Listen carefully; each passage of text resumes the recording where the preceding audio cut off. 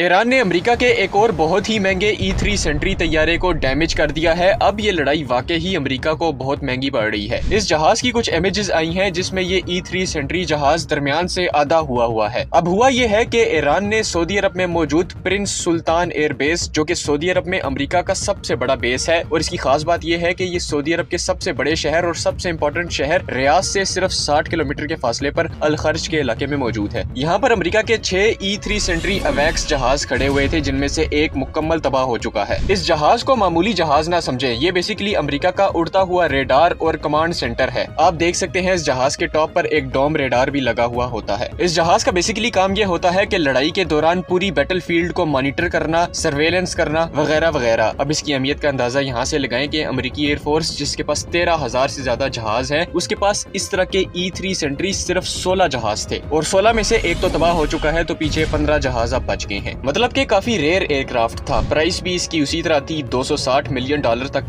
इसकी कीमत जाती है। ईरानी हमले में इस रेयर एयरक्राफ्ट की तबाह हो जाने से वाकई ही में अमेरिकी एयर पावर को एक बहुत बड़ा धचका लगा है।